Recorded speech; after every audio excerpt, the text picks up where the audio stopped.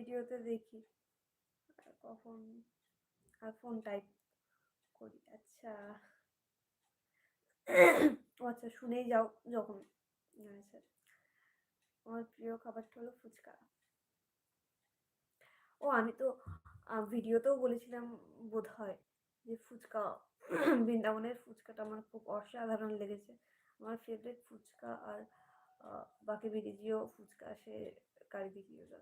আর বৃন্দাবনের ফুচকার আহ, আহ, ইয়েটা ছিল আমাদের এখানকার ফুচকাটা যেমন আলু মাখা আর জল, ওইটুকুই জাস্ট কনসেপ্ট। কিন্তু বৃন্দাবনের ফুচকার কনসেপ্টটা ছিল কি, ওরা আলুটাকে জাস্ট চামচ দিয়েই মাখে, হাতা মাতা ওইসব ঘাটে না, চামচ দিয়েই মাখে। আর ওর ভিতরে একটু নুন ছড়িয়ে দেয়, জাস্ট ওইটুকুই। আর ফুচকা হলো 20 টাকায় 6 পিস ফুচকা। তো 6 পিস ফুচকার মধ্যে ওই ওরা ওই হাতে মাখা ওই কি বলে, ডিহাইজিন যেটাকে বলে, ওই জিনিসটা ওদের মধ্যে নেই। তো সবাইকে পাতা ধরাচ্ছে, ওই ফুচকা ভেঙে ওই ওই আলুটা চামচ দিয়ে কিন্তু ভরে দিচ্ছে। উম, আর ওদের ইয়ে হলো 6টা ফুচকায় 6 রকমের জল। মানে এই জলগুলোর টেস্টে এত দারুণ দারুণ, শুধু জলই খেয়ে যায় মনে হচ্ছে এমন।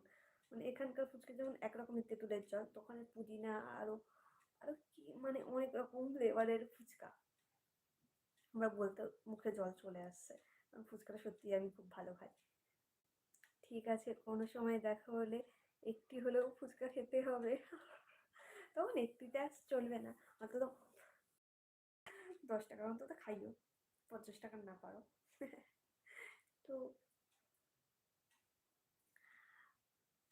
মানে ফুচকাটার টেস্টই এরকম ছিল। আর বিশেষ করে ওই বৃন্দাবনের প্রেম মন্দিরের সামনে যে ফুচকাটা খেয়েছিলাম, তো দুবারই ওই 3 দিন ফুচকা খেয়েছি।